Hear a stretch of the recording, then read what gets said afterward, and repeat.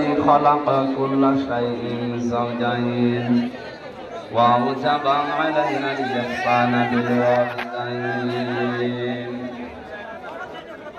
ونشهد أن لا إله إلا الله وحده لا شريك له وأشهد أن محمدا عبده ورسوله سيد الكونين صلى الله عليه وعلى آله وصحبه وأتباعه أجمعين ليلا ونهارا في الطرفين فقد قال الله تعالى في كلامه المجيد وبرهانه التوحيد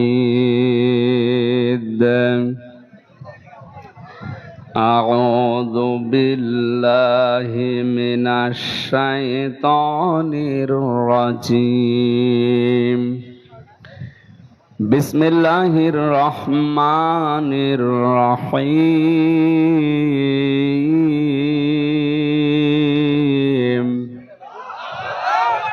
ولا يسأل حميم حميما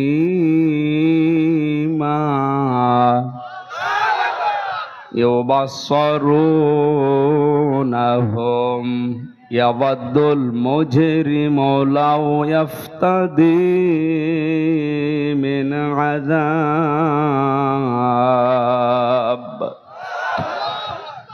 لو يفتدي من عذاب يومئذ ببنيه وصاحبته وأخيه وفصيلته التي تؤويه ومن في الأرض جميعا ثم ينجيه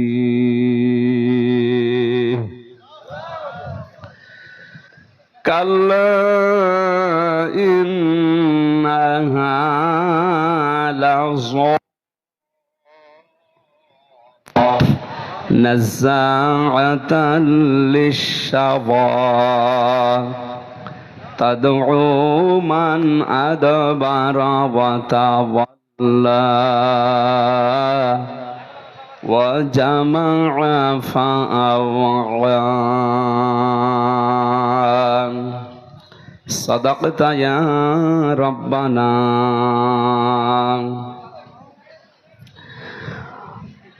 عن عباس رضي الله تعالى عنه قال قال النبي صلى الله عليه وسلم من ذاق طعم الإيمان من رضي بالله ربا وبالإسلام دينا محمد صلى الله عليه وسلم نبيا ورسولا رواه مسلم وما زادهم إلا إيمانا وتسليما اللهم صل على محمد وعلى آل محمد كما صليت على إبراهيم وعلى آل إبراهيم إنك حميد مجيد اللهم بارك على محمد وعلى آل محمد كما باركت على إبراهيم وعلى آل إبراهيم إنك حميد مجيد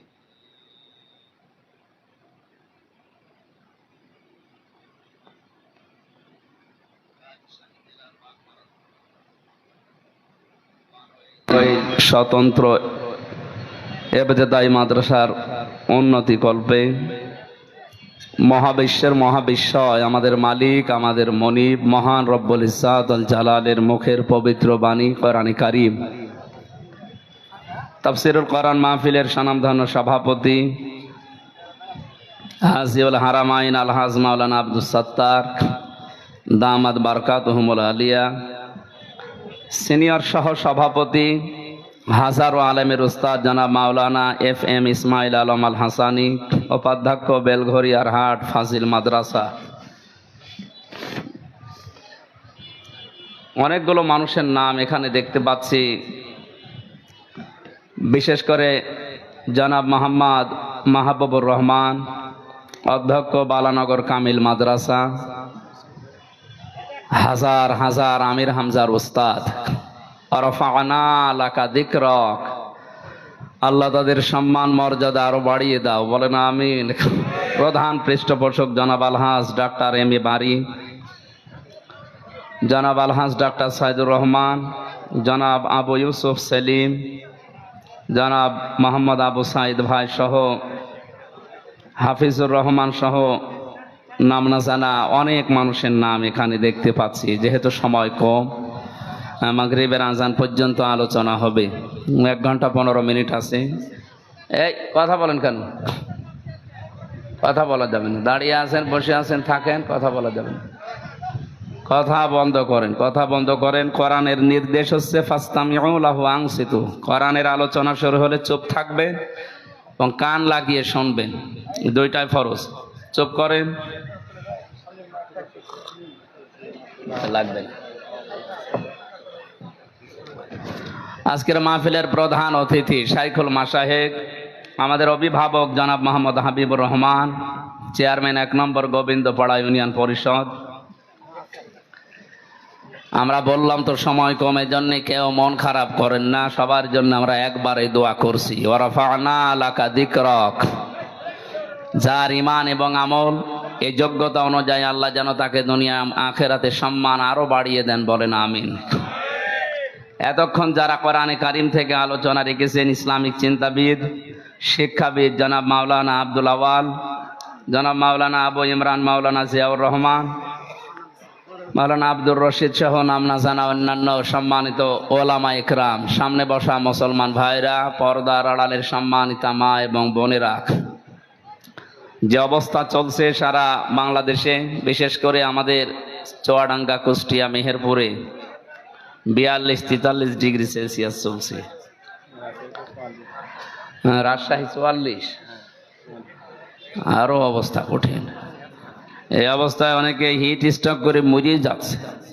তারপরও আল্লাহ এই গরমের ভেতরে যে আপনাদেরকে কোরআনে কারিমের আকর্ষণে বসিয়ে রেখেছেন, না হামজার আকর্ষণে, কোরআনে কারিমের আকর্ষণে যারা বসে আছেন, খুশি হয়ে বলেন আলহামদুলিল্লাহ। আজকের এই সময়টুকু কিয়ামতের ময়দানে আল্লাহ যখন হিসাব নেবেন তখন বাইরে রাখবেন, এই সময়ের হিসাব আল্লাহর কাছে দেওয়া লাগবে না। কারণ এর সাথে যার যে সম্পর্ক আছে, কোনো কিছুকে আল্লাহ নষ্ট করেন না। যে এর কাছে আসবে, ইন্নাহু লাকুরআনুন কারীম, নিশ্চয় এটা সম্মানিত কোরআন। এর কাছে যে আসবে দুনিয়া আখিরাতে তার সম্মান মর্যাদা আল্লাহ দিন যত যাবে বাড়িয়ে দেবে। এটা আমাদের জীবনে একটা নিয়ামত মনে করছি আমরা, নাকি বলেন? আল্লাহ পাক বলেন, ওয়াইযি তাআযানা রাব্বুকুম লাইন শাকারতুম লাযিদান্নাকুম ওয়া লাইন কাফারতুম ইন্না আযাবি লাশাদীদ। সূরা ইব্রাহিমের 9 নম্বর আয়াত, 7 নম্বর আয়াতে আছে। তাফসীর হাক্কানিতে পড়েছি, আল্লাহ পাক বলেন, যদি নিয়ামত পাও শুকরিয়া আদায় করো, আমি আল্লাহ অবশ্যই ওটা তোমাদের জীবনে বৃদ্ধি করে দেব, বাড়িয়ে দেব। এই যে লাযিদান্নাকুম এ শব্দের ব্যাখ্যা করতে গিয়ে মুফাসসির লিখেছেন, কেউ যদি নিয়ামত পেয়ে শুকরিয়া আদায় করতে চায়, 3টা শর্ত তাকে মানা লাগবে। কয়টা? আমরা অনেকে মনে করি নিয়ামতের শুকরিয়া আদায় মানে টুটি পর্যন্ত খেয়ে একটা ঢেকর তুলে বললাম আলহামদুলিল্লাহ হয়ে গেল, না, এটা একটা বাক্য। কেউ যদি শুকরিয়া আদায় করে, লাযিদান্নাকুম লামে তাকিদ নুনে সাকিলা, এত বড় কঠিন শব্দ আল্লাহ দিতেন না, এমনিতে নরমাল শব্দ দিতে পারতেন। নিয়ামত কি এবং এর শুকরিয়া আদায় করলে আল্লাহ যে বাড়িয়ে দেবেন কেন, ব্যাখ্যায় যে 3টা জিনিস পেয়েছি। 1 নম্বরে, এই কথা বলেন কে গো, কি আশ্চর্য, এখানে কেউ আসবেন না ভাই, এই চুপ করেন। এমনিতে জেলখানায় 3 বছর এক ঘরের ভেতরে ছিলাম, জানা জিনিসও ভুলে গেছি। এখন বারবার ডিস্টার্ব করলে যতটুকু আছে ও ছাতা হারিয়ে যাবে। এই জন্যে একটু ডিস্টার্ব করবেন না, 1 ঘন্টা খানিক আপনি স্পষ্ট কথাগুলো স্পষ্ট ভাবে শোনেন। যদি বোঝার চেষ্টা করেন, যদি নাও মানতে পারেন, তাও 500 রাকাত নফল নামাজের সওয়াব হবে। আর মানতে পারলে তো শোনায় সোহাগা। যদিও বাস্তবতা আমাদেরকে ওইদিকে মনে হচ্ছে নিয়ে যাচ্ছে না, যে আমরা কোরআনে কারিমের যে আয়াত পড়েছি এগুলো মানতে পারবো কিনা জানি না, তবে চেষ্টা চালাবো ইনশাআল্লাহ।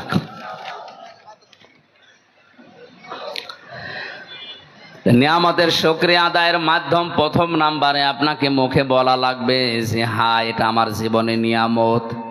এটা কি? এটা বলা লাগবে আপনাকে। 2 নাম্বারে, এ নিয়ামত পাওয়ার পরে আপনি যে অন্তরের ভেতরে একটা অনির্বচন শোক আপনি অনুভব করবেন, এটা সবাই পায় না। শব্দটা কি বললাম? একটা অনির্বচন শোক আপনি পাবেন। কি এটা? উদাহরণ দিতে গিয়ে তাফসিরে পড়েছি, চিল যখন ছো মারতে আসে পাখিকে, মুরগিকে, হাঁসকে, আমরা দেখি মুরগি আস্তে করে নিজের ডানাটা এভাবে বিছিয়ে ডাউন করে দেয়। এই যে ডাউন করার পরে ওর নিচে যে বাচ্চাগুলো যে একটা কিচির মিচির আওয়াজ দেয়, বাংলাতে এটাকে বলা হয় অনির্বচন আনন্দ। যদি কোনো নিয়ামত পাওয়ার পরে কোনো মানুষ শুকরিয়া আদায় করে, কোরআনে কারিম জানিয়েছে ওর মনের ভেতরে আল্লাহ একটা অজানা সুখ নিজের পক্ষ থেকে দান করবেন। আজকের যে তেলাওয়াত কিন্তু আয়াতগুলো, আমার মনে হচ্ছে এখানে অনেকে আলেম বসে আছে। দেখবেন আপনি যদি বোঝার চেষ্টা করেন, ওনার চোখের দিকে তাকাবেন, আমার মন বলছে কোরআনের নিগূঢ় তথ্যগুলো উপস্থাপন করলে আমাদের অনেকের চোখ দিয়ে পানি আসবে।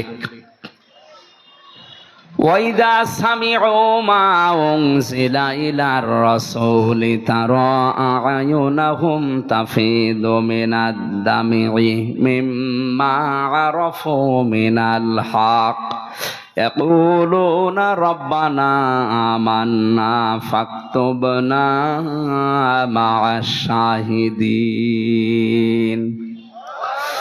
সূরা মায়েদার 83 নম্বর আয়াতে আল্লাহ জানিয়েছেন, হে নবী, আপনি যখন কোরআনে কারিম তাদের সামনে পড়বেন, ওরা শ্রবণ করার পরে দেখতে পাবেন আপনার কথাগুলো যারা অনুধাবন করা, এর মর্ম মানেগুলো যারা উপলব্ধি করার ক্ষমতা রাখে, ওদের চোখ দিয়ে মনের অজান্তেই পানি পড়ছে। কোরআনের আলোচনায় সবার চোখে পানি আসবে না, এটা বোঝার মতো যোগ্যতা যদি আপনার থাকে, উপলব্ধি করতে পারেন যে আল্লাহ কি বলে আর আমি কি করি, আপনি দেখবেন কখন আপনি কেঁদে ফেলেছেন আপনি টের পাচ্ছেন না। বাড়ি যাওয়ার আগে ও মানুষগুলো বলবে আল্লাহ ইয়াকুলুনা রব্বানা আমান্না, এগুলো তো আমরা বিশ্বাস করেছি, ফাকতুবনা মা'আশ শাহিদিন, যারা সাক্ষী দিয়েছে তাদের সাথে আমার নামটাও তুমি লিখে নাও। বলেন আমিন। মনের ভেতর একটা অনির্বচন সুখ আপনি নিতে পারবেন। 3 নম্বরে যে কথাগুলো এখানে বলা হবে কোরআনে কারিম দিয়ে, এই কথাগুলো প্র্যাকটিক্যাল লাইফে আপনি সেট করে করে আল্লাহকে দেখাবেন। এর নাম লা ইন শাকারতুম লা আযীদান্নাকুম।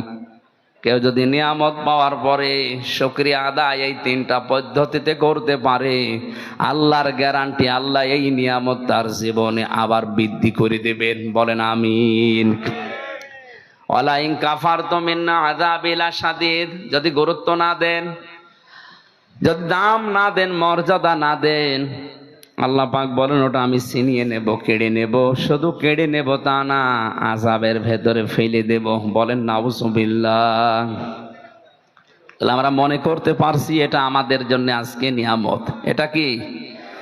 লক্ষ লক্ষ মানুষ এলাকায় বাস করে, সবাইকে আল্লাহ কোরআনে কারিমের এই অনুষ্ঠানে, যেহেতু বললাম আজকের এই 1-1.5 ঘন্টা সময় কিয়ামতে যখন বিচার শুরু হবে আল্লাহ মাইনাস করে রাখবে, বলবে এই জবাব আপনাকে দেওয়া লাগবে না, আপনার বাকি সময়ের জবাব দিন। সুতরাং এই সময়টা আল্লাহ যে আমাদের কাছ থেকে জবাব নিচ্ছে না, এটা বিশাল একটা নিয়ামত না? এই নিয়ামত সবাইকে তো দেয়নি, আমাদের যাদের দিলেন বলেন আলহামদুলিল্লাহ। মানিত্তাবাআল হুদা বিগাইরিল কোরআন আদাল্লাহুল্লাহ, তিরমিজি শরীফের হাদিস। আল্লাহর নবী জানিয়েছেন, কোরআনে কারিম বাদ দিয়ে পৃথিবীর কোন জায়গায় যদি কেউ ভালো হওয়ার নিয়তেও যায়, আল্লাহ নিজে দায়িত্ব নিয়ে তাকে গোমরা বানিয়ে দেয়। এ কথার লোড কত যারা আলেম আছে টের পাচ্ছে। আদাল্লাহুল্লাহ, আদাল্লাহ ইউদিল্লু বাবে ইফআল। যদি দল্লা শব্দ আসতো, দল্লা ইয়াদিল্লু, বাংলা অর্থ হতো আপনি নিজেই নিজেকে খারাপ বানিয়ে ফেলেছেন। 43টা বাব থেকে শব্দটা যখন আসবে একটা একটা করে 43 রকমের অর্থ আসে। বাবে ইফআল থেকে আসার কারণে বাংলা অর্থ দাঁড়িয়েছে। আপনি হয়তো ভালো হওয়ার নিয়তে কোনো জায়গায় গিয়েছিলেন, কিন্তু কোরআনে কারিম সেই অনুষ্ঠানে, সেই জায়গায়, সেই ময়দানে ছিল না। আল্লাহ রাগ করে আপনাকে আরো খারাপ বানিয়ে দেবে। বলেন তো, হেদায়েত দেওয়ার একচ্ছত্র মালিকানা হামজার না? মানে কার? আর উনি যদি বলে আমি তোকে গোমরা বানিয়ে দেব, আরো খারাপ বানাবো, তো হেদায়েত দিতে আর দুনিয়ায় কেউ পারবে? বলেন। সুতরাং দল, মত, জাতি, বর্ণ, ধর্ম নির্বিশেষে আজকের এই ময়দানে সিদ্ধান্ত নেওয়া লাগবে। শুধু মাহফিল শুনতে আসা না। এ প্রচন্ড গরমে কষ্ট করে যখন এসেছেনি, আজকেই মন থেকে সিদ্ধান্ত নিয়ে বাড়ি যাবেন। কোরআন যেখানে নেই, জীবনের আগ পর্যন্ত যতদিন আজরাইল না আসে, ওখানে আমি আর যাব না। ওখানে যদি আমি যাই, আমাকে গোমরা বানিয়ে, খারাপ বানিয়ে জাহান্নামে পাঠাবে কে? পাগলকেও যদি জিজ্ঞাসা করেন গোমরা হবা, ও রাজি হবে? অথচ আল্লাহ দায়িত্ব নিয়ে আপনাকে গোমরা বানাবে। রাজশাহী এলাকায় হাদিসটা না বলায় ভালো, কারণ এই এলাকায় এগুলো চলে না। এগুলো চট্টগ্রাম আর সিলেটে আছে। 48,000 যে পীরের দরবার বাংলাদেশে আছে সরকারি জরিপে, তার অধিকাংশগুলো ওই দুই বিভাগে। আমাদের রাজশাহী, খুলনা, রংপুর এগুলো থেকে আল্লাহ আমাদেরকে বাঁচিয়েছে। না, জিনিস খারাপ না, মানে যে জিনিস যত ভালো তার ভেজাল বের হয় তত তাড়াতাড়ি। ও জিনিস তো ভালো জিনিস। এর মানে ওস্তাদ, শিক্ষক, মুআল্লিম। আপনি যেটা জানেন না ওনার কাছে জেনে নেবেন। এটার নামই তো আরবিতে মুআল্লিম বলে, ইংরেজিতে টিচার বলে, বাংলায় শিক্ষক বলে, আর ফার্সিতে বলে পীর। এটা শুনলে অনেকের রাগ হয়, কিন্তু শব্দটা ভালো, খারাপ না। যে উদ্দেশ্যে ব্যবহার করা দরকার ছিল, হয়তো আজ অনেকে ওই উদ্দেশ্যে ব্যবহার না করে অনেকে এটাকে ব্যবসা বানিয়েছে। এই জন্য আজকের এই ময়দানে আমরা সিদ্ধান্ত নিয়ে যেতে পারি, যেখানে কোরআন নেই ওই দরবার যদি আমার বাবাও তৈরি করে, ও দরবারে আমি আর যাব না। এমনিতে 48,000-এর শুধু 8 বাদ দিয়ে 4 থাকবে, সব বন্ধ হয়ে যাবে। আর একটা কথা বলতাম, তো এখন দরকার নেই বলা, আগে বলেন বলেন বলে আমি আবার 3 বছর ভেতরে যাই। না, আমি মরে গেলেও আর বলবো না।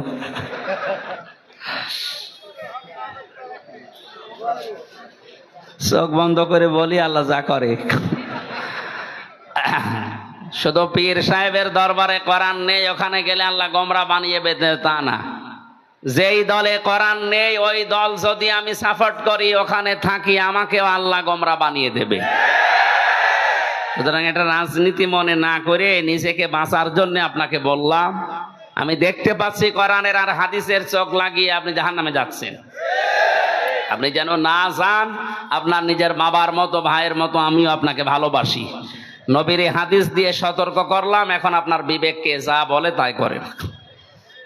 যে দলে কোরআন নেই ওই দল যদি আমার বাবাও প্রতিষ্ঠাতা হয়, ও দলে আমি এখন থেকে নেই। এটাকে সামিয়ানা পর্যন্ত না বাইরে যাবে? আল্লাহ আমাদের বিবেকের তালা লাগা দরজা খুলে দাও, বলেন আমিন। এত নিচের কথা বলার পরেও যদি কারো বিবেক না খোলে, আমার মনে হয় ওর বিবেকের উপরে কুকুরে পোশাক করিস। ও বলছে ঠিক, সবটা ঠিক হলে সমস্যা। আল্লাহ তুমি আমাদেরকে ওমরের মতো বানিয়ে দাও, বলেন আমিন। দরুদ আর সালাম পড়ছি আমাদের নবী মুহাম্মদ রাসূলুল্লাহ সাল্লাল্লাহু আলাইহি ওয়াসাল্লামের প্রতি। যারা আনিত আদর্শ পেয়ে আমরা খুশি না বেজার? আমি এখানে একটা সূক্ষ্ম কথা বলছি। আমরা যারা অজু করি, অজু ভেঙে যায় কয় কারণে বলেন তো? বলেন 7 কারণে অজু ভেঙে যায়। যদি একটাও পাওয়া যায় অজু ভেঙে গেছে, নষ্ট হয়ে গেছে, ওই অজু দিয়ে আর নামাজ হবে? বলেন। এটা যেমন বুঝলেন, নামাজ ভেঙে যায় 19টা কারণে। কয়টা? বিশ্ববিদ্যালয়ে থাকাকালীন দেখেছি সবচাইতে বেশি ক্লাসে প্রশ্ন করতেন ডক্টর লোকমান স্যার। ওনারা জিজ্ঞাসা করতো ছাত্র যে এত বেশি প্রশ্ন করেন, বলছে প্রশ্ন করলে ওটা জীবনে ভুলবা না। আমি বারবার আপনাকে প্রশ্ন করছি কারণ আপনার মরণ পর্যন্ত যেন এটা মনে থাকে। নামাজ ভেঙে যায় 19টা কারণে, নিজেই বললেন একটা পাওয়া গেল নামাজ আর নামাজ থাকে না। ও নামাজ পড়াও যা, না পড়াও তা। অজু করলে অজু ভেঙে যায় 7 কারণে। আমল করলে আমল ভেঙে যায় 2 কারণে। কয় কারণ? রোজা রাখলে রোজাও ভেঙে যায়, হজ করলে হজও ভেঙে যায়, নষ্ট হয়ে যায়। যত ইবাদত আল্লাহ আমাদেরকে দিয়েছেন আমরা দেখেছি এগুলো ভেঙে যাওয়া, নষ্ট হয়ে যাওয়ার পেছনে কিছু না কিছু কারণ আছে। কথা বলেন না কেন? আর ওগুলো যদি ভেঙে যায়, নষ্ট হয়ে যায়, ওটা করাও যা, না করাও তা। যে জিনিস আপনাকে জান্নাতে নিয়ে যাবে তার নাম ঈমান, তার নাম। আরো আসতে বলেন। নামাজ ভেঙে যায় 19 কারণে ভেঙে বলতে পারে, অথচ জান্নাতে যাওয়ার জন্য যেটা শর্ত ঈমান, ঈমানও ভেঙে যায়, নষ্ট হয়ে যায় 10 কারণে। ওই একটাও জানে না। কথা বলেন না কেন? ঈমান যদি সত্যিই ভেঙে যায়, আপনার নষ্ট হয়ে যায়, তাহলে ভাঙা ওযু দিয়ে যেমন নামাজ হয় না, ভাঙা ঈমান দিয়ে আপনি জান্নাতে যেতে পারবেন না। আজকের মাহফিলে এই জন্য সতর্ক করছি, ঈমান যেন ভেঙে না যায়, নষ্ট হয়ে না যায়। যে 10টা কারণে ঈমান নষ্ট হয়, ভেঙে যায়, তার 4 নাম্বারটা আমি পড়েছি আজকে। এই যে কিছুক্ষণ আগে যেটা বললাম, বিশ্বনবী মুহাম্মদুর রাসূলুল্লাহ আমাদের একমাত্র আদর্শ, একমাত্র। সুতরাং দুনিয়াতে কেউ যদি মুহাম্মদুর রাসূলুল্লাহকে একমাত্র আদর্শ মনে না করে, ওর ঈমান ভেঙে যায়, নষ্ট হয়ে যায়। এটা তো আমি বানালাম, হ্যাঁ? কোরআনে কারিমে আল্লাহ জানিয়েছেন ইয়াসিন।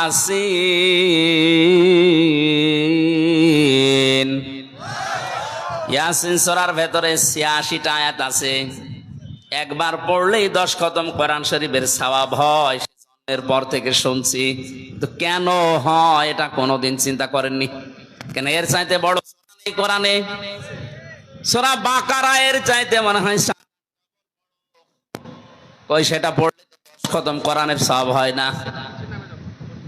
সূরা আলে ইমরান এত বড়, 200টা আয়াত, এত বড় সূরা পড়লেও 10 খতম কোরআনের সওয়াব হয় না। ইয়াসিন মাত্র 5 থেকে 5.5 পৃষ্ঠা, 86টা মাত্র আয়াত। এটা পড়লে কোরআন 10 বার পড়া সওয়াব পাবেন এমনিতেই না, অবশ্যই কোনো না কোনো কারণ আছে। ফিজিলালিল কোরআনে তাফসিরে মুফাসসির সৈয়দ কুতুব শহীদ রহমাতুল্লাহ আলাইহি ইয়াসিন শব্দের ব্যাখ্যা করতে গিয়ে তিনি ফিজিলালিল কোরআনে দিয়েছেন আল্লাহ কেন এই 86টা আয়াতে 86টা বিষয় আমাদের সামনে উপস্থাপন করলেন। কোন মানুষ যদি তার প্র্যাকটিক্যাল লাইফে সত্যি এগুলো মানতে পারে, আমার আল্লাহর কথা বাস্তব প্রতিফলন হবেই। 10 বার পড়া কোরআন পড়লে যে সওয়াব হবে, ওই সওয়াব আপনার আমল নামে আল্লাহ দিয়েই দেবেন। কি আসে একটা একটা করে আপনাকে দেখা লাগবে। আগে তার প্রথম নাম্বারে ইয়াসিন। প্রথম নাম্বার কি?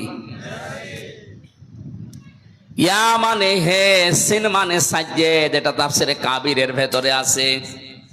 সিন শব্দের 5টা ব্যাখ্যা তিনি লিখেছেন আল্লামা ফখরুদ্দিন রাজি রহমতুল্লাহ আলাইহি। তিনি বলেন সিন দিয়ে আল্লাহ 5টা বিষয় ইঙ্গিত দিয়েছেন।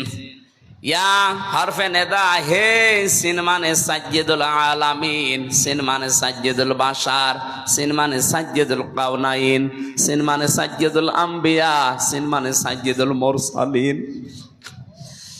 আল্লাহ তাআলা জানাতে চেয়েছেন এই পৃথিবীতে আল্লাহর ঘোষণা দেওয়া একমাত্র নেতা, তার নাম মুহাম্মদুর রাসূলুল্লাহ। এজন্য বিশ্ব নবীকে আল্লাহ ডাক দিয়েছেন হে নেতা। হে বলেন বলেন, হে নেতা। দুনিয়াতে কাউকে আনে ডাকা হয়নি। কোরআনে আল্লাহ 7টা নামে বিশেষ করে নবীজিকে ডাক দিয়েছেন, ইয়াসিন, তহা, মুজাম্মিল, মুদ্দাসসির, আহমদ, মুহাম্মদ আর আব্দুল। তার ভেতরে অন্যতম হচ্ছে ইয়াসিন।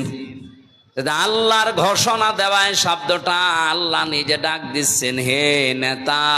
এটা আপনার জীবনে মেনে নেওয়া ফরজ। এই জন্য যাদের নেতা ঠিক নেই, আপনি রাজনীতি মনে না করে বিবেককে প্রশ্ন করেন। আপনি সব বোঝেন আর সূরা ইয়াসিন পড়লে 10 খতম কোরআনের সওয়াব হয়, এই ব্যাখ্যা করছি, এতটুকু বোঝেন না। জরিপ পেয়েছিলাম জানুয়ারি মাসে, আমি ডিসেম্বরের 8 তারিখে জেল থেকে বের হয়েছি। জানুয়ারির 1 তারিখে একটা জরিপ পড়েছিলাম। ওখানে লিখেছে বাংলাদেশে 100 জনের মাত্র 15 জন বিশ্ব নবীকে একমাত্র আদর্শ নেতা মেনে চলে, বাকি 85 জন আছে তা না নাই। এই যে ইমান ভাঙার যে 10টা কারণের 4 নাম্বার কারণ, যেটা যারা বিশ্ব নবীকে আদর্শ মানে না তাদের ইমান ভেঙে যায়, নষ্ট হয়ে যায়।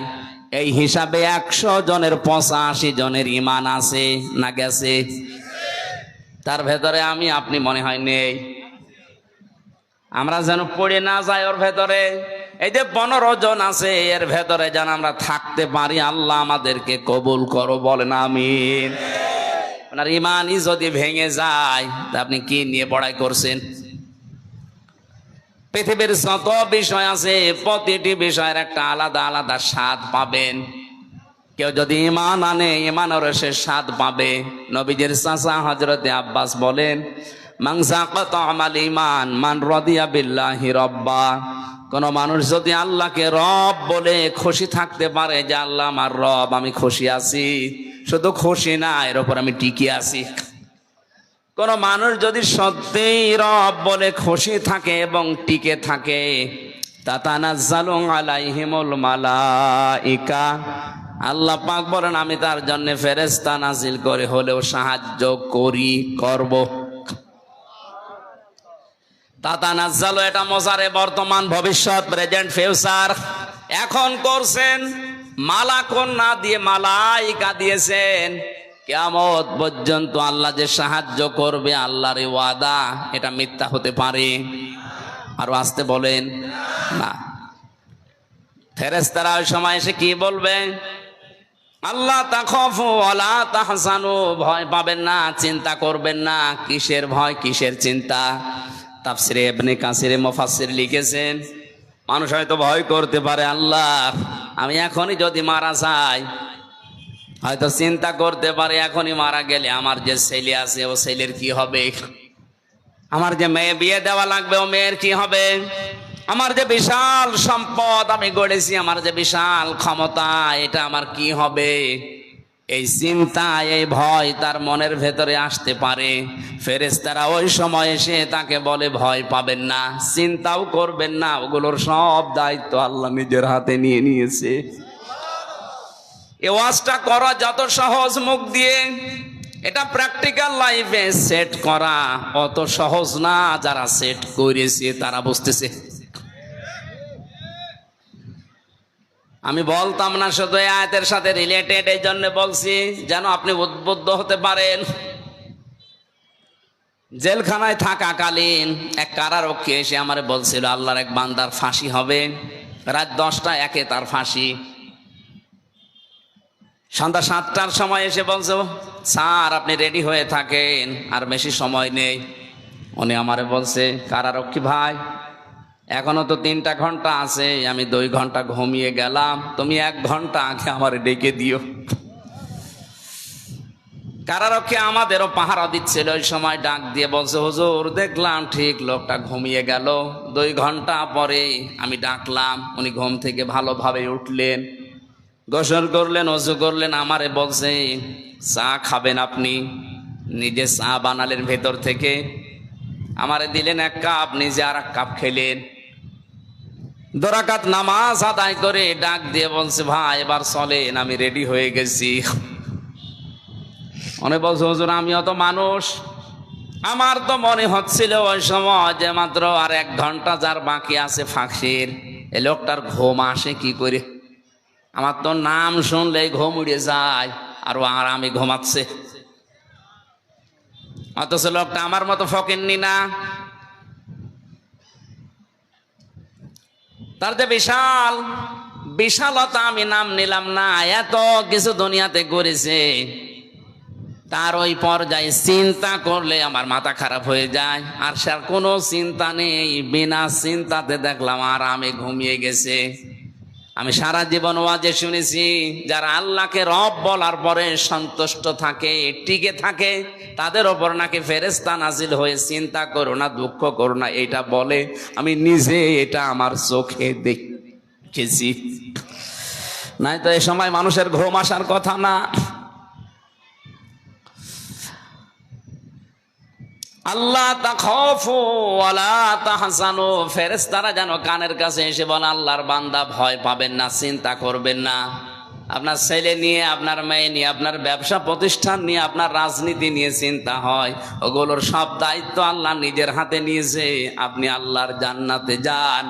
আল্লাতি কুনতুম তুআদুন, যার ওয়াদা আল্লাহ নিজে করেছেন, বলেন সুবহানাল্লাহ। নাহনু আউলিয়াউকুম ফিল হায়াতিদ দুনিয়া ওয়া ফিল আখিরাহ ওয়া লাকুম ফিহা মা তাশতাহি আনফুসুকুম ওয়া লাকুম ফিহা মা তাদউন নুজুলাম মিন গফুরির রহিম।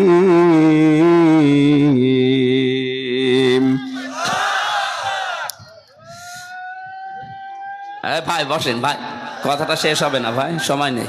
বসেন বসেন। কি নাম জানো না আমার ভাইরা? আমি আয়াতের ডিপ যেটা ভেতরে যেটা শব্দ পেয়েছি, সত্যি যদি আমরা আল্লাহকে রব বলার পরে সন্তুষ্ট থাকতে পারি, খুশি থাকতে পারি, ইমানের একটা স্বাদ আমরা পাবো। শুধু পাবো এতটুকুই না, ফেরেশতারা বলবে আমরা তোমাদের সাথে আছি। আমরা এইটা এখন দেখতে চাই। ফিলিস্তিনের মুসলমানদের জন্য এটা এখন সবচাইতে জরুরি। 57টা মুসলমান রাষ্ট্র দুনিয়াতে, আমার তো মনে হচ্ছে যতটুকু এরা যদি শুধু প্রসাব করে দেয়, ইসরায়েল ভেসে যাওয়ার কথা। অথচ তাদের মনে সান্ত্বনা এইটাই, এ ফিলিস্তিনের মুসলমানেরা, আনাহানু আউলিয়াউকুম ফিল হায়াতিদ দুনিয়া ওয়া ফিল আখিরাহ। আয়াত পড়ার পরে মনে হয় ফেরেশতারা ওদেরকে যেন বলছে, চিন্তা করবেন না, আমরা সাথে আছি। শুধু এতটুকুই না, জান্নাতে যাওয়া পর্যন্ত তোমাদের সাথে বন্ধু হয়ে থাকবো। এমন জান্নাতে পৌঁছিয়ে দেব যেখানে যাওয়ার পরে চাওয়ার আগে জিনিস পাওয়া যাবে। এটা আল্লাহর পক্ষ থেকে, দয়াময় মেহেরবানের পক্ষ থেকে এটার মেহমানদারি। আমার ভাইরা, আমরা ঈদের দিন যেভাবে সকালবেলা আনন্দ করলাম, সেমাই খেলাম, মিষ্টি খেয়েছি, অথচ ঈদের দিন ওই সময় ফিলিস্তিনের ছোট ছোট বাচ্চারা পাথর খাচ্ছে, বোমা খাচ্ছে। ওদেরকে যদি আল্লাহর ফেরেশতা মণ্ডলী এসে কিছু নাই বলবে, কোনো সান্ত্বনায় নাই দেবে, তো ওরা টিকে থাকলো দুনিয়ায় কি করে? অবশ্যই ওরা ইমানের স্বাদ পেয়েছে। আল্লাহকে রব বলার পরে যারা খুশি হয়ে, যারা টিকে আছে দুনিয়ায়, যারা ইসলামকে জীবন ব্যবস্থা হিসাবে পেয়ে খুশি আছে। ওস্তাদ বলছিলেন না, ইন্নাদ-দীনা ইনদাল্লাহিল ইসলাম, পৃথিবীতে একটাই মাত্র জীবন ব্যবস্থা যার নাম ইসলাম। এটা থেকে সরানোর জন্য আজ অনেকে সূক্ষ্ম ষড়যন্ত্র চালিয়ে যাচ্ছে এই দেশেও। পরিষ্কার ভাষায় বলছি, আল্লাহর ঘোষণা, আপনি পৃথিবীর কোন ধর্ম দিয়ে, কোন নিয়ম নীতি দিয়ে আল্লাহ পর্যন্ত যেতে পারবেন না। তাহলে আল্লাহ দিনের আগে আলিফ লাম দিতেন না। এটা নির্দিষ্ট করে দিয়েছেন, একটাই মাত্র ধর্ম, একটাই জীবন ব্যবস্থা যেটা দিয়ে আল্লাহ পর্যন্ত পৌঁছানো যায়। আল্লাহকে রাজি করা যায়। অমাইয়া বতাগি গায়রাল ইসলামি দীনান ফালাই ইউকবালা মিন ইলা আখিরি আয়াত। তোমাদের ভেতরে ইসলাম বাদ দিয়ে যদি অন্য কোন নিয়ম নীতি ধর্ম দিয়ে আল্লাহ পর্যন্ত যেতে চাও, তোমাদের জীবনের কোনো কিছু আল্লাহ কবুল করবেন না, করছেও না, করবেনও না। বলেন নাউজুবিল্লাহ। সুতরাং এ বিষয়ে আমরা যারা ৯৬% মুসলমানের দেশে আছি, আমাদের একটু সতর্ক হওয়া লাগবে। আমাদেরকে যেন ইসলাম ইসলাম ইসলাম থেকে দূরে সরিয়ে অন্য কোনো জায়গায় নিয়ে যেতে না পারে। আমার কথার অর্থ বলছেন আপনি? ৩ নম্বরে মুহাম্মদুর রাসূলুল্লাহকে যারা একমাত্র আদর্শ নবী আর রাসূল হিসাবে পেয়ে খুশি হয়েছে। নবী কি? নাবাউন শব্দের শাব্দিক অর্থ হচ্ছে সংবাদ বাহক। উনি যে সংবাদ আল্লাহর কাছ থেকে আমাদের কাছে নিয়ে এসে দিয়েছেন, এই কথাগুলোর উপরে বিশ্বাস করার পরে প্র্যাকটিক্যাল লাইফে আপনি সেট করবেন। রাসূল মুহাম্মদুর রাসূলুল্লাহ সাল্লাল্লাহু আলাইহি ওয়াসাল্লামকে যারা এ দুনিয়াতে রাসূল হিসাবে পেয়ে খুশি হয়ে গেছে, সত্যি সত্যি আল্লাহ তাদেরকে ঈমানের একটা আলাদা স্বাদ গ্রহণ করাবেন। এই ৩টা বিষয় পেয়ে আল্লাহ যেন আমাদেরকে ঈমানের আলাদা একটা স্বাদ দান করেন। বলেন আমিন। সূরা মারিজের ১০ থেকে ১৮ এতগুলো আয়াত আমরা কোরআনে কারীম থেকে পড়লাম। কোন তাফসীর মাহফিল আমি এত আয়াত পড়ি না। আজকের আলোচনার বিষয় হচ্ছে মুক্তিপণ। কি বললাম? বলেন না কেন?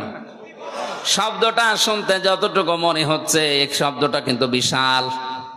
আমি জেলখানায় বসে বসে মাওলানা মামুনুল হক, মাওলানা সাখাওয়াত হোসেন রাজি আর আমি ৩ জন এক জায়গায় ছিলাম। ওনারা এই আয়াতটা বের করে বললাম, হুজুর দেখেন তো এর ভেতরে কিছু করা যায় কিনা। এখান থেকে যে বিষয়গুলো ওনারা কয়েকটা তাফসীর থেকে বের করে করে আমাকে শুনিয়েছিলেন, আমি কিছু কিছু জিনিসের সাথে মিলিয়ে দেখলাম যে মুক্তিপণ শব্দটা শুনতে যত সহজ মনে হচ্ছে, বিষয়টা অত সহজ না। কিয়ামতের ওই কঠিন ময়দানে মহান আল্লাহ তিনি বলেন, আমার কাছে অনেকে মুক্তিপণ দিতে চাইবে। কি দিতে চাইবে? ওয়ালা ইয়াসালু হামিমুন হামিমান ইউবাসসারুনাহুম। আল্লাহ পাক বলেন, ওই কিয়ামতের কঠিন ময়দানে যেদিন যুবক মানুষ বৃদ্ধ হয়ে যাবে, মেয়েদের লজ্জা স্থান বাদ দিয়ে পেট ফেটে বাচ্চা বের হয়ে যাবে, দুধের বাচ্চার কথা পর্যন্ত মানুষ ভুলে যাবে, মাটি পড়ে তামা হয়ে যাবে, মাথার মগজগুলো টকবক করে পড়তে থাকবে নাক কান দিয়ে। এই কঠিন মুহূর্তে মানুষ মুক্তিপণ দেওয়ার জন্য আমার কাছে আসবে। কোন শহীদ, কোন বন্ধু বন্ধুর পরিচয় দেবে না। এমনকি তাদেরকে যদি সম্মুখে নিয়ে আসা হয়, সামনাসামনি করা হয়, ভুলে যাবে, বলবে কে? বন্ধু আমি চিনি না তোরে। ইয়াওয়াদ্দুল মুজরিমু লাউ ইয়াফতাদি মিন আযাবি ইয়াউমিযিম বিবানি। আল্লাহ পাক বলেন, ওই কঠিন মুহূর্তে মানুষ আমাকে মুক্তিপণ দিতে চাইবে তার সন্তানাদি। কি দেবে? আমার ছোট মেয়েটা জান্নাতুল মাওয়ার পরের যেটা ফারিহা জান্নাত, এর আমি 1 বছর রেখে গিয়েছিলাম জেলখানায় যাওয়ার আগে। এখন ওর বয়স 4 বছর। ওর প্রতি আমার যে দুর্বলতা, যে ভালোবাসায় 3 বছরে জন্মিয়েছে, আমি না দেখার পরেও, যদিও আমার এখনো ভালো চিনি না, জেল থেকে বের হয়ে বাড়ি গিয়ে যেদিন গেলাম, আমার বছর হুজুর আমাদের বাড়ি চলেন। হুজুর আমাদের বাড়ি চলেন মানে ও যে আমার মেয়ে, আমি যে ওর বাবা, ও আমার চেনেই না, মনে করে বিভিন্ন হুজুর আসে, আজকে মনে হয় হুজুরই এসেছে। অথচ ওকে না দেখে যে ভালোবাসা, যে মহব্বত ওর প্রতি তৈরি হয়েছে, আমার যতটুকু মহব্বত ওর প্রতি, কেউ যদি বলে পুরা রাজশাহী তোমাকে দিয়ে দেব, ফারিহাকে মেরে ফেলো, আমার সম্ভব না। কি ভালোবাসা ওর প্রতি বলেন তো আমার। অথচ আল্লাহ বলেন কিয়ামতে ফারিহাকে ও আমার কাছে হামজা বলবে, আল্লাহ মুক্তিপণ দিয়ে দিলাম, এইটাও নিন। এটা বলবো আমি যে বলবো, এটা কি বানাচ্ছি আমি? কোরআনে কারীম আমাকে জানাচ্ছে যেটা আমি বলবো। ফারিহা জান্নাতের মতো এত মহব্বত ভালোবাসার বস্তুকে যদি আমি বিনিময় দেওয়া, মুক্তিপণ দেওয়া, ফিদিয়া দিতে চাই, তা আর কি বাকি থাকবে আমার কাছে? আল্লাহ পাক বলেন শুধু সন্তানাদি না, অসাহিবাতিহি ওয়া বানি ওয়া আখি, এমনকি তার স্ত্রী, তার সহোদর যারা, তার ভাই, তাদেরকেও আল্লাহর কাছে সে মুক্তিপণ হিসাবে বলবে আল্লাহ এগুলো নিয়ে নাও।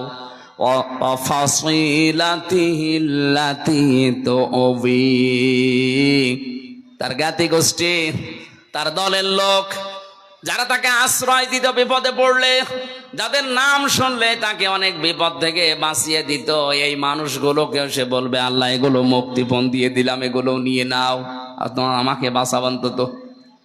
আল্লাহ বলেন এতটুকুই না, ওয়ামাং ফিল আরদি জামিআ,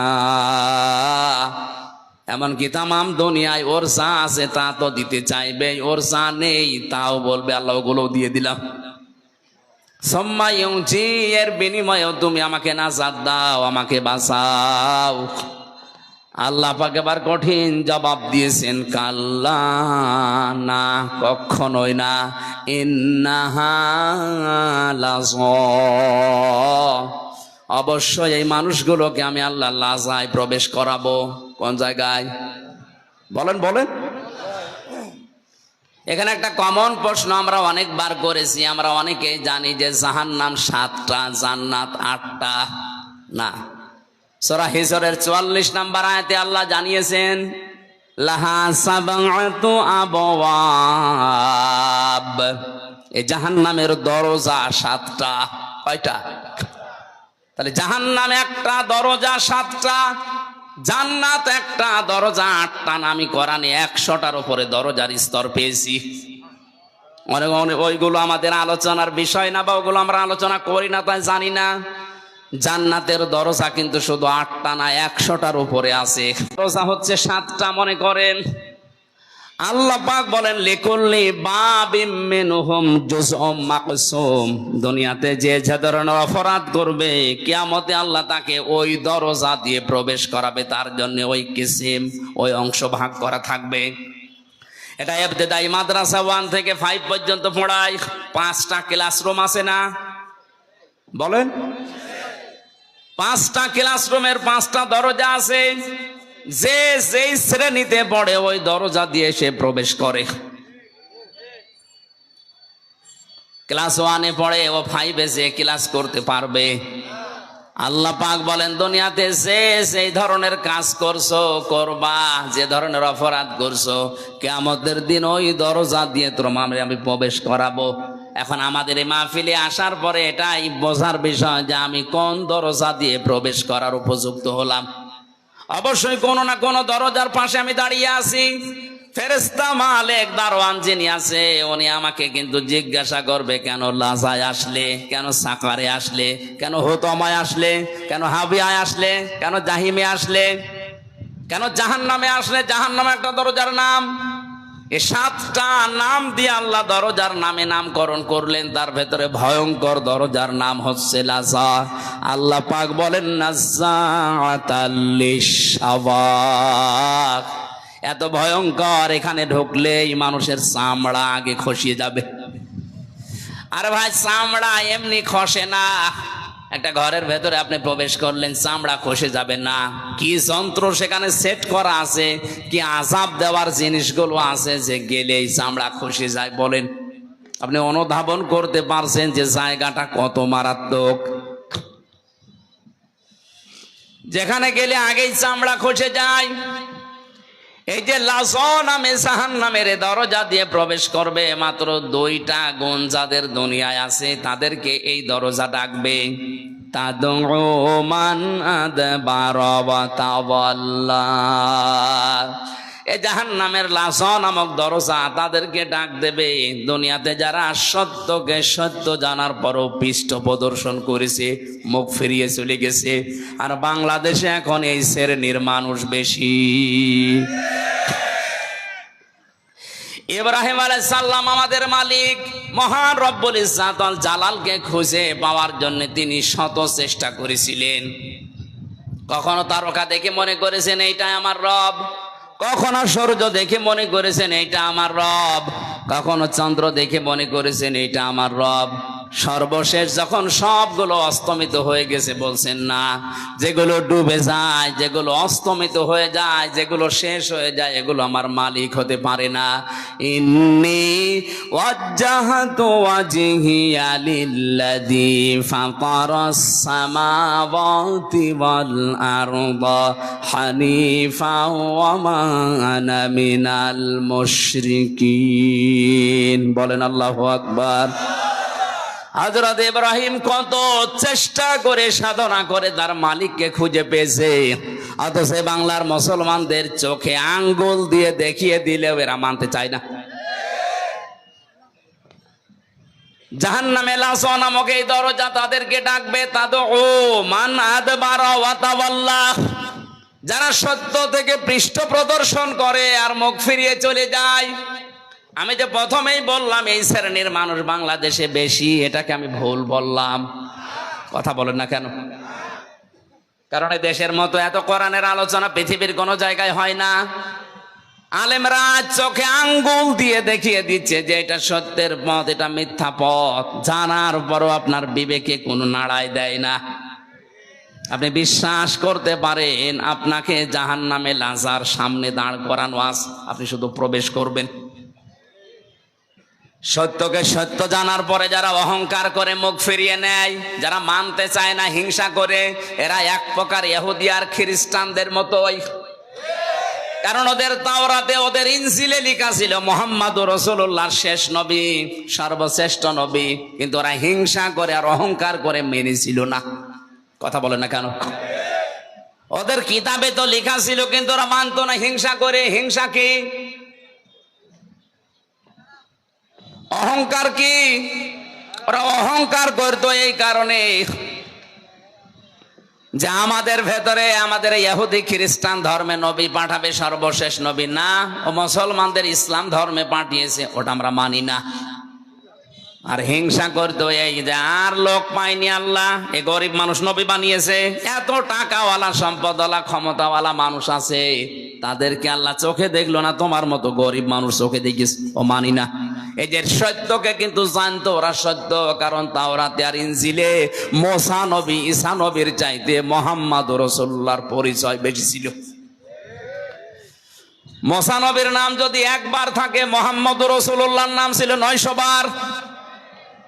এতবার থাকার পরে ওরা সত্যকে সত্য জানার পরেও মানে নাই। আল্লাহ পাক প্রতিদিন আমাদের এই মুখ দিয়ে কমপক্ষে 17 বার ওদের নামে বরদোয়া বের করায়, গায়রিল মাগদুবি আলাইহিম ওয়ালাদ-দাল্লিন। এখানে যে দুইটা জাতির কথা আছে, ইহুদি আর খ্রিস্টান, এরা সত্যকে সত্য জানার পরেও মানে নাই। এজন্য আল্লাহ তাদেরকে ধ্বংস করে দিয়েছেন, তাদেরকে গজব দিয়েছেন, তাদেরকে বরদোয়া দিয়েছেন। আমরাও যদি আর সত্যকে সত্য জানার পরে হিংসা করে, অহংকার করে আর যে কোনো কায়দায় না মানি, আমাদের বরদোয়া আমাদের বিরুদ্ধে যাবে। প্রতিদিন অন্তত আপনি অন্য নামাজ না পড়লেও ফরজ নামাজ তো পড়েন। ফরজ নামাজ 17 রাকাতে অন্তত এই কথা বলাই লাগে, গায়রিল মাগদুবি আলাইহিম ওয়ালাদ-দাল্লিন। বলেন তো আপনার নিজের বরদোয়া আপনি নিজে পড়বেন? এই জন্য সত্যকে সত্য জানেন। আপনি জানেন আমির হামজা সে কুষ্টিয়া থেকে এসেছে, ওর বাবার কথা বলবে না, ওর দাদার কথা বলবে না, ও দলের কথাও বলবে না, ও যা বলবে কোরআন থেকে বলবে, ওটা আপনি বিশ্বাসও করেন, জানেনও। কিন্তু এইটার জন্য অহংকার করে হিংসা করে মানেন না। না, এ তো আমার বাবার মুরিদ না, ও মানি না। এ তো আমার দলের লোক না, মানি না। আমি মনে হয় বেশি বলে ফেললাম। বাংলাদেশে এই চরিত্রের মানুষ আছে না নেই? আপনি বিশ্বাস করতে পারেন এগুলো এক প্রকার ইহুদি আর খ্রিস্টানদের মতোই। এদেরকে লাজা নামক দরজা ডাকতেছে, আসো। ও জামা ফাআওয়া, 2 নম্বরে যারা মাল সম্পদ জমা করে আর সংরক্ষিত করে রাখে যে এগুলো আমার কাছে স্থায়ীভাবে থাকবে, এই যে মাল, মাল মানে অনেকেই মনে করে যে যে মরে গেছে আবুল মাল, ওইটা মনে হয়। কিছুদিন আগে যিনি বিদায় নিয়েছে মন্ত্রণালয় থেকে, যিনি অর্থমন্ত্রী ছিলেন সাবেক, কি কামাল, এই মাল নাকি? আবুল মালও না, কামালও না, এ মাল কি? ফি জিলালিল কোরআনে মুফাসসির লিখেছেন, মাল শব্দের ব্যাখ্যায় তিনি 5টা বিষয় তুলে ধরেছেন। যারা এই 5টা বিষয় জমা করে আর বারবার সংরক্ষিত করে রাখার চেষ্টা করে আর মনে করে আমার কাছে থাকবে, ইয়াহসাবু আন্না মালাহু আখলাদা, যারা ধারণা করে এগুলো আমার কাছে স্থায়ীভাবে থাকবে, এগুলো আর হাত ছাড়া হবে না, এই মানুষগুলোকে মহান আল্লাহ হুতমা নামক দরজা দিয়ে প্রবেশ করাবে। বলেন নাউজুবিল।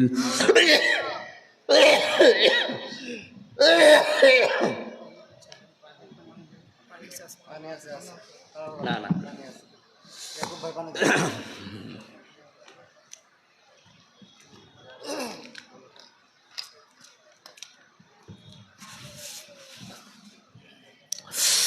তাফসিরুল কোরআন মাহফিল লিখে দিয়েছেন, ওই জন্য তাফসির আকারে কথা বলছি, নাকি আমি সাপের কাহিনী শুরু করব?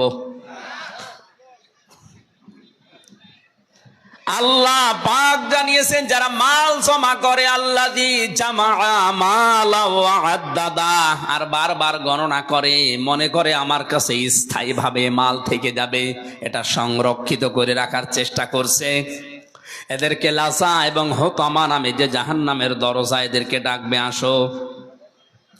এমন কঠিন অবস্থা আল্লাহ দরজার ভেতরে রেখেছেন, নারুল্লাহিল মুকদা। আল্লাহ পাক বলেন, হুতামা নামক জাহান্নামে যে দরজার ভেতরে আগুন আছে, এই আগুন আমি আল্লাহ নিজে জ্বালিয়েছি। বলেন নাউজুবিল্লাহ। দুনিয়ার আগুন কোন জায়গায় লাগলে সেই জায়গা পুড়ে যায়, আর হুতামা নামক জাহান্নামে যে আগুন আল্লাহ রেখেছেন, ওই জায়গায় কেউ গেলে আগে তার কলিজা পুড়ে যাবে। আল্লাতী তাত্তালিউ আলাল আফিদা, কলিজা পর্যন্ত আগে পৌঁছাবে, ওটা সারখার হয়ে যাবে আগে। এমন কঠিন মারাত্মক জায়গা মহান রব্বুল ইজ্জাত আল জালাল আমাদের জন্য রেখে দিয়েছেন হুতামা, লাজা। যে 2টা গুণ বললাম, দেখেন তো এ বাংলাদেশে কারোর সাথে মেলে কিনা? যারা সত্যকে জানার পরও পৃষ্ঠ প্রদর্শন করে চলে যায়, মুখ ফিরিয়ে নেয়, আর মাল জমা করে আর বারবার সংরক্ষণ করার চেষ্টা করে। এগুলো আমি মালের 5টা ব্যাখ্যা পেয়েছি তাফসিরে। 1 নম্বরে মাল বলতে নবীজি আয়াতের ব্যাখ্যায় জানিয়েছেন, আদ-দুনিয়া কুল্লুহা মাতাউন ওয়া খায়রু মাতাউদ দুনিয়া ইমরাতুস সালিহা, পৃথিবীর সবগুলো সম্পদ মাল, এর ভেতরে উত্তম সম্পদ হচ্ছে আল্লাহওয়ালা নেককার মেয়ে মানুষ। জোরে বলেন সুবহানাল্লাহ। সম্মানিত মা বোন, আমি দেখলাম বহু মা বোনেরা আম গাছতলায় বসে আছেন, বাসতলায় বসে আছেন, নেককার নারী, এগুলো দুনিয়ার শ্রেষ্ঠ সম্পদ। কি এটা? আল্লাহর নবী জানিয়েছেন, 4টা গুণ যার ভেতরে আছে তাকে শ্রেষ্ঠ সম্পদ বলা হয়, শ্রেষ্ঠ নারী বলা হয়। 1 নম্বরে যার স্বামী বাইরে থেকে আসলে দুনিয়ার সব কাজ কাম বাদ দিয়ে স্বামীকে খুশি করার জন্য এগিয়ে যায়। 2 নম্বরে স্বামী যেটা পছন্দ করে ওটা যদি জায়েজ হয়, জীবন থাকতে ওইটা মেনে নেয়। সম্মানিত মা বোনেরা, নামাজের সময় পর্যন্ত আপনার মাথা আর চুল যেন বের হয়ে না যায়, এটা নিষিদ্ধ। নামাজে যদি চুল বের হয়ে যায় নামাজ নষ্ট হয়ে যাবে, নামাজ ভেঙে যাবে। অথচ স্বামীর সামনে যতক্ষণ থাকবেন চুল ছেড়ে দিয়ে থাকবেন, যতক্ষণ চুল ছাড়া দেওয়া থাকবে, যত চুল দেখবে অতগুলো সওয়াব আপনার আমল নামায় লিখা হবে। ওরা চুল ছেড়েও দেয়, উন্মুক্ত করে রাখে, চুল ফলিয়েও রাখে, স্বামী বাদ দিয়ে অন্যের সামনে। কথা বলুন। যারা এসেছেন গাছতলায়, আম গাছতলায়, বাসতলায় বসে আছেন, আপনাদেরকে আমি ভালোবাসি, বাঁচাতে চাই। আপনি যদি সত্যি শ্রেষ্ঠ সম্পদ হতে চান, স্বামী যখন বাইরে থেকে আসবে দুনিয়ার যত গুরুত্বপূর্ণ কাজ থাক সব আপনার জন্য হারাম। এখন কোনো কাজ জায়েজ নেই। স্বামী যাতে খুশি হয় আপনি সেই কাজ করবেন। ও যদি আপনাকে হাতা কাটা ব্লাউজ দেখে মনে করে না এটা আমার ভালোই লাগে, ওইভাবে তার সামনে থাকবেন, কোনো অসুবিধা নেই। তাই বলে ওইটা পরে আবার বাইরে যাওয়া যাবে না। স্বামী যেটা পছন্দ করে যদি জায়েজ হয়, বাস্তব জীবনে জীবন থাকতে আপনাকে মানায় লাগবে। আমি স্বামী, এখানে যারা আছে প্রত্যেকেই যারা স্বামী আছে জিজ্ঞাসা করবেন মনের খবরটা এই, প্রতিটি স্বামী চাই, পছন্দ করে বিয়ের পরে যেন আমার মা বাবা আমার সাথে থাকে। কথা বলেন না কেন? কিন্তু আমি বাস্তবতায় দেখছি আজ 100টার 98টা পরিবারে বৌমারা এটা চাই না, সব চাই আলাদা হও। এই কথা বলেন না কেন?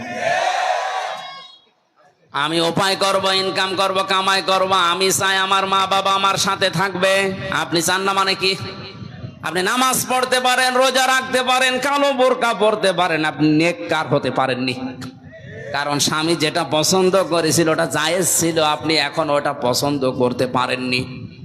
এরকম বউ আছে দুনিয়ায় না নেই? কার বাড়ি আছে দেখি হাত তোলেন তো।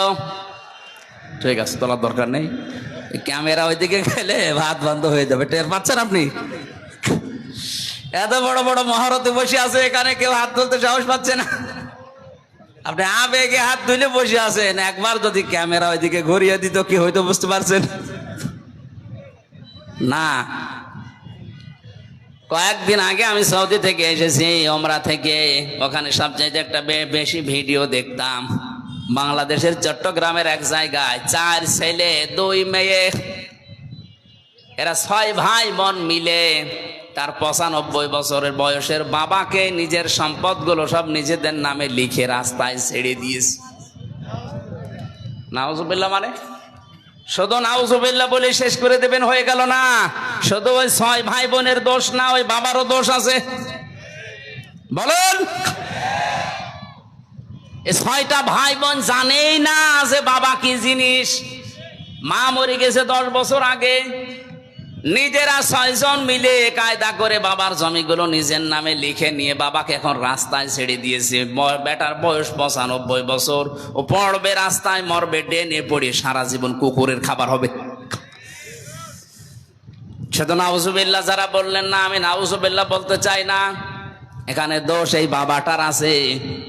কারণ আল্লাহর পরে যে মার বাবার স্থান, ও বাবা ওই 6 ছেলে মেয়েকে কোনোদিন জানায়নি, ওই রকম শিক্ষা কোনোদিন তাদের দেয়নি। কথা বলেন ঠিক কিনা?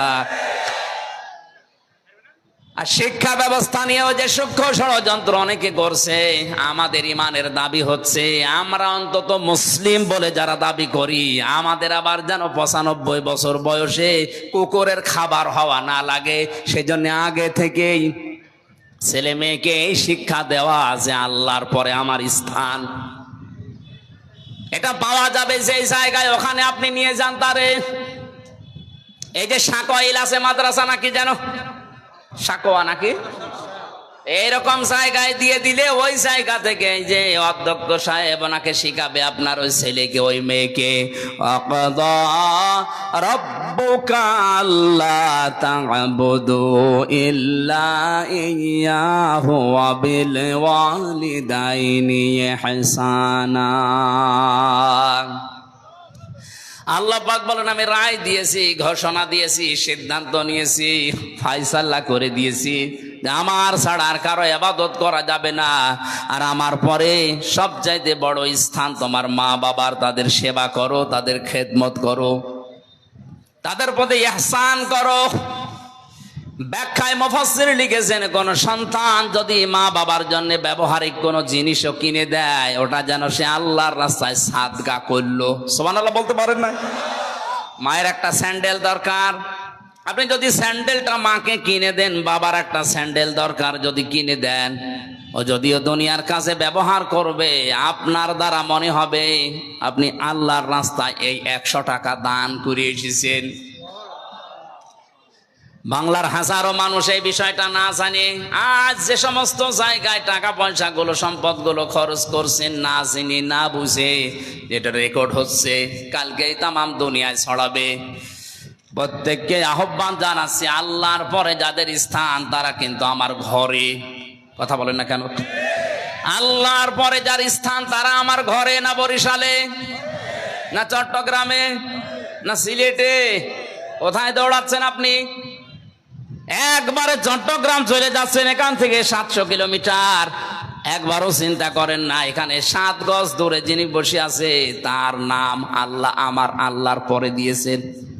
ওই 6টা ছেলে মেয়ে যদি সত্যি জানতো যে আল্লাহর পরে স্থান আমার এই বুড়ো বাবার, 6 ভাই বোন মিলে জিনিস জমি জায়গাগুলো কায়দা করে লিখে মুরব্বী বয়সে রাস্তায় ছেড়ে দিত না। এখানে 2টা কারণ আছে।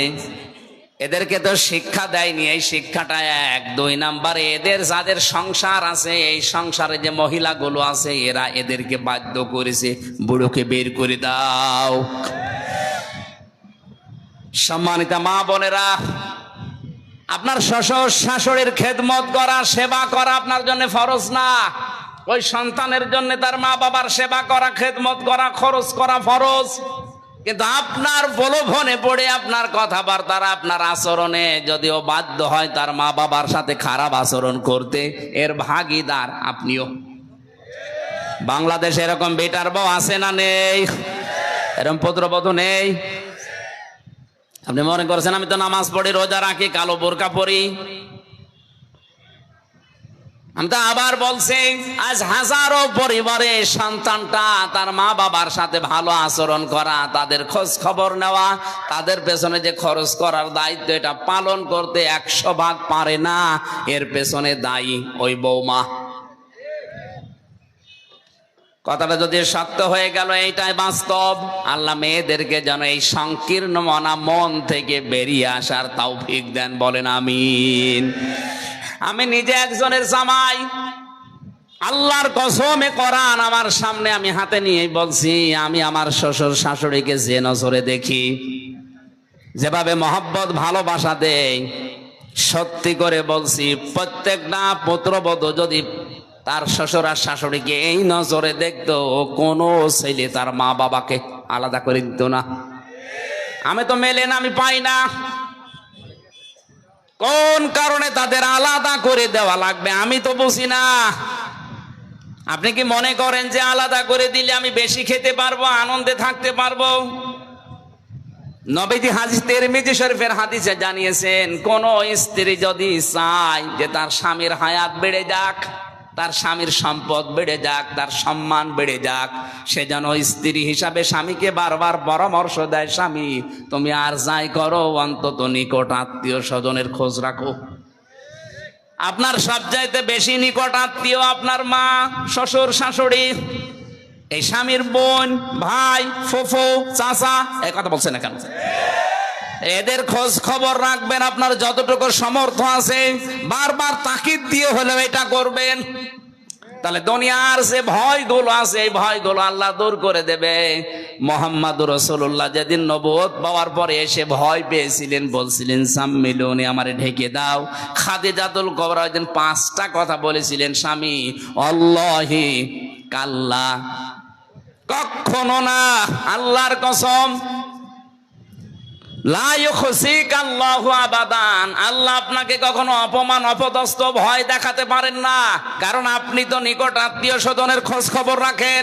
তার মানে যেই স্বামী তার নিকট আত্মীয় রক্তের সম্পর্ক, এদের সম্পর্কগুলো ঠিক রাখে, আপনার আরো উৎসাহ দেওয়ার কারণে এদের খোঁজ খবর রাখে, খরচ করে, বুঝবেন আপনার স্বামীকে দুনিয়ার কোনো ভয় আল্লাহ দেখাবে না, কোনো জিন ভূতের ভয় তার লাগবে না। এগুলো যারা করে না তাদের এই ভয়গুলো আল্লাহ তৈরি করে দেয়। বিভিন্ন জায়গায় গেলে বলে হুজুর পানি পড়ে দেন, কি হয়েছে? হঠাৎ তাল গাছের ভেতরে দেখলাম কি যেন নড়ে উঠলো। তাল গাছের ভেতরে কি নড়ে উঠে তাই তুমি ভয় পাও? ভয় তো এমনিতেই পাও না। রক্তের সম্পর্ক যাদের সাথে আছে তাদের সাথে কোনো সম্পর্ক তোমার নেই। ধর্ম আত্মীয় পাতিয়েছে, মাসে 3 বার করে তার কাছে টেলিফোন করে, অথচ নিজের আপন বোন আজ 10 বছর খবর নেয় না। এরকম ভাই নেই দেশে। উত্তম স্ত্রীর কথা বলছিলাম, পৃথিবীর শ্রেষ্ঠ সম্পদ যারা, স্বামী যেটা পছন্দ করে আপনি পছন্দ করবেন, ওটা যদি জায়েজ হয়। 3 নম্বরে আপনি স্বামীকে খুশি করার জন্য সাজগোজ করবেন। 4 নম্বরে স্বামীর সম্পদ এবং তার সন্তানদেরকে আপনি ইসলামের পথে চালানোর জন্য চেষ্টা চালাবেন, দেখে শুনে রাখবেন। এই 4টা গুণ যেই মহিলার ভেতরে আছে, আল্লাহর নবী জানিয়েছেন 8টা দরজা আল্লাহ খুলে রাখবে জান্নাতের, যে দরজা দিয়েও প্রবেশ করবে কেউ নিষেধ করবে না। বলেন আমিন। দুনিয়ার শ্রেষ্ঠ সম্পদের 1 নম্বরে মালের যে পরিচয় পেয়েছি, এটা নেককার নারী। 2 নম্বরে মালের পরিচয় আছে, মাল মানে ক্ষমতার চেয়ার, মার মানে এ চেয়ারকে যারা পেয়েছেন আর মনে করছেন এটা সংরক্ষণ করে রাখবো, স্থায়ী করে রাখবো, এ আর কোনোদিন আমার কাছে হারাবে না। আপনি প্রস্তুতি নেন, আপনাকে লাসা নামক এ দরজা ডাকতেছে। ও জামা যারা জমা করে, এগুলো মাল জমা করে আর সংরক্ষণ করে রাখার চেষ্টা করে, পৃথিবীর কোনো কিছুই আপনার কাছে স্থায়ী না। এখন চোখ বন্ধ হয়ে গেলে এ চেয়ার পর্যন্ত আপনার বিরুদ্ধে দাঁড়াবে। কথা বলেন ঠিক কিনা? সুতরাং এ ধান্দায় যারা আছেন, এই ভুল ধারণায় যারা আছেন, তারা থামেন। এটা রেকর্ড হয়ে আজ ওদের কানেও যাবে। যারা আজ ক্ষমতার চেয়ার এক জায়গায় পেয়ে মনে করছেন আর কোনোদিন হারাবে না, আপনি ভুল পথে আছেন। এটাকে সংরক্ষণ করার জন্য যারা উঠে পড়ে লেগেছেন, যেটা স্থায়ী করবই, এটা পারা যাবে না। আপনাকে লাজা নামক দরজা ডাকতেছে। এ দরজা থেকে ফিরে এসে জান্নাতুল ফেরদাউসের দরজার সামনে যা। মালের 3 নাম্বার ব্যাখ্যা, মাল মানে টাকা পয়সা। 4 নাম্বার ব্যাখ্যা, মাল মানে অস্ত্র শস্ত্র। আজ যারা অস্ত্র শস্ত্র জমা করছেন আর স্থায়ী ভাবে রেখে দেওয়ার জন্য চিন্তা করছেন আগামীতে কাজে লাগাবো, আমি ভেতরে নামতে পারলাম না, এই জন্য দুঃখিত। 5 নাম্বারে প্রভাব প্রতিপত্তি। এগুলো যারা আজ সংরক্ষণ করছেন, জমা করছেন আর মনে মনে স্থায়ী করে নিচ্ছেন, যেগুলো আমি রেখে দেব সারা জীবন, আপনি পারবেন না। লাজা ডাকতেছে, লাজা আপনাকে ডাকতেছে। এখানে যেন যাওয়া না লাগে, ওখান থেকে ফিরে জান্নাতের যে 100টা দরজা আছে, যে কোনো দরজার সামনে যান। আল্লাহ আমাদেরকে দরজার সামনে থেকে ফিরিয়ে জান্নাতুল ফেরদাউস, জান্নাতুল মাওয়া, যে সমস্ত দরজার নামগুলো আছে 100টা, যে কোনো এক দরজার সামনে যেন আমরা একটু হাজির হতে পারি। বলেন আমিন। আমি এই দাম্পত্য জীবনের যে কলহ চলছে এখন সারা বিশ্বে, বিশেষ করে বাংলাদেশ, ভারত, পাকিস্তানে যা ডিভোর্স আরম্ভ হয়েছে, জেলখানার ভেতরে 3টা বছরে এইটা আমি সবচাইতে বেশি মামলা দেখেছি। হয় বউকে মেরে ফেলেছে, না আত্মারা করে ফেলেছে, না যৌতুকের জন্য তাড়িয়ে দিয়েছে। মানে পারিবারিক জীবনের এই যে কলহ এবং এর সমাধানটা কি, ওখানে 19টা পয়েন্ট দেওয়া আছে। ওখানে আমি জেলখানায় বসে বসে 3 বছর তো কাজ ছিল না, ফাঁসির কন্ডেম সেলের ভেতরে ছিলাম, বসে বসে টুকে রেখেছিলাম কারারক্ষীদের কাছে কলম নিয়ে নিয়ে। পরবর্তীতে বাইরে এসে ওগুলো বই আকারে আমি ছাপিয়েছি। আমার গাড়ি কোথায় আছে আমি জানি না, ওই কর্নারে আছে।